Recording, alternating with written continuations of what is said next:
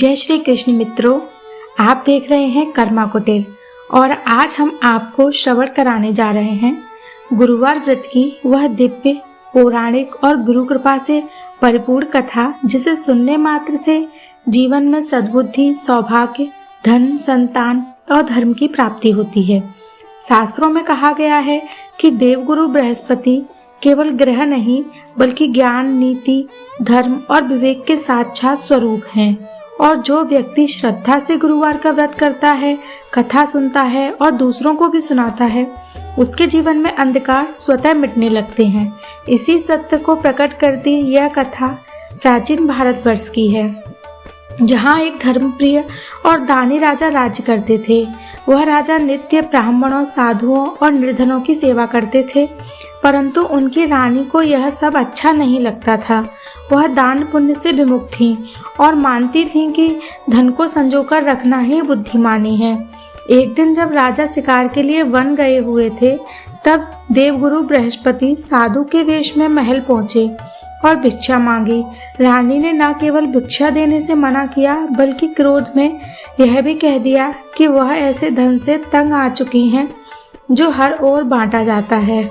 उसने यहाँ तक कह दिया कि उसका सारा वैभव नष्ट हो जाए। साधु ने रानी को समझाया कि धन सेवा और पुण्य के लिए होता है।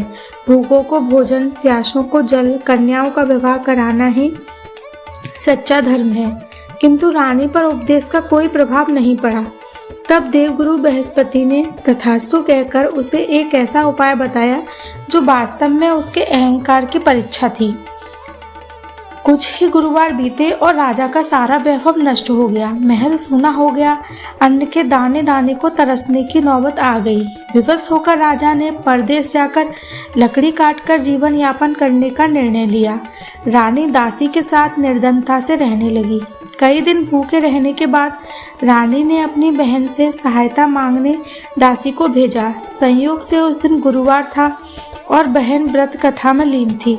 दासी को उत्तर ना मिलने पर वह दुखी होकर लौट आई, पर कथा समाप्त होने के बाद बहन स्वयं सहायता लेकर पहुंची और बृहस्पति व्रत की महिमा समझाई।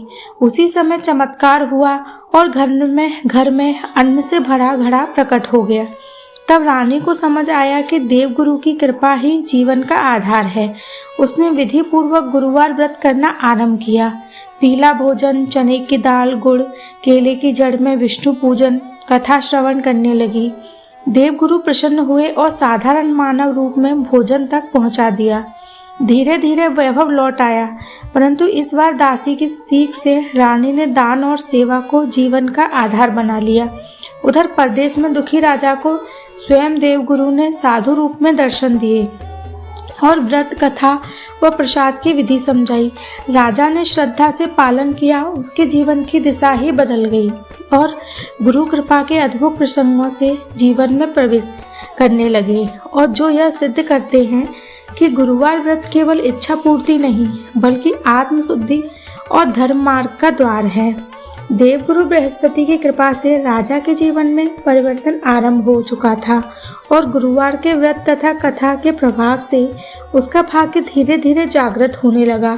परंतु मनुष्य जब पुनः प्रमाद करता है तो परीक्षा अवश्य आती है। एक बार राजा गुरुवार का व्रत करना भूल गए। उसी दिन नगर में राजाज्ञा निकली कि सभी लोग राजमहल में भोजन करेंगे, कोई भी अपने घर चूल्हा नहीं जलाएगा। राजा देर से पहुंचे और संदेहवश उसे कारागार में डाल दिया गया। कारागार में बैठे राजा ने पश्चाताप करते हुए देवगुरु का स्मरण किया।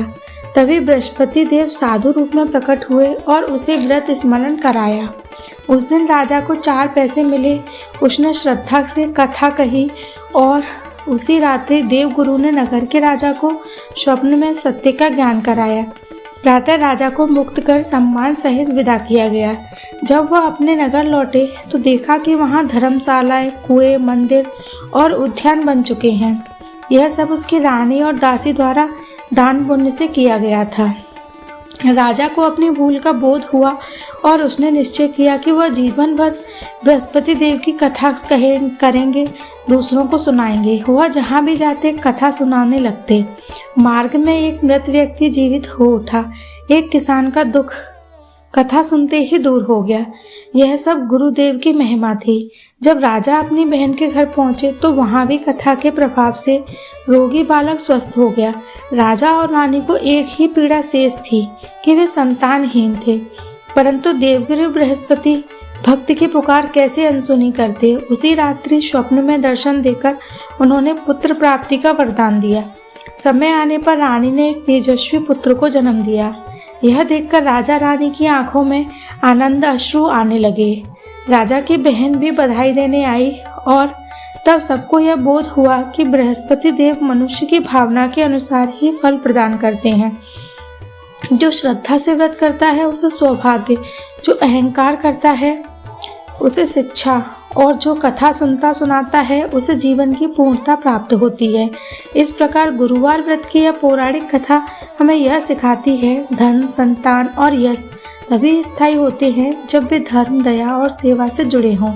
जो व्यक्ति गुरुवार के दिन बृहस्पति देव का पूजन करता है, पीले वस्त्र धारण करता है, पीला भोजन करता है, चने की दाल, गुड़ या मुनक्का का प्रसाद अर्पित करता है और यह कथा श्रद्धा से सुनता है, उसके जीवन के सभी कष्ट धीरे धीरे समाप्त हो जाते हैं। अब अंत में कर्मा कुटीर परिवार की ओर से प्रभु से यही प्रार्थना है कि देवगुरु बृहस्पति आप सभी पर अपनी कृपा बनाए रखें। आपके जीवन में ज्ञान, विवेक, सुख और शांति का वास हो। यदि आज की यह पौराणिक कथा आपके हृदय को स्पर्श कर गई हो तो इसे अपने परिवार और मित्रों के साथ अवश्य साझा करें।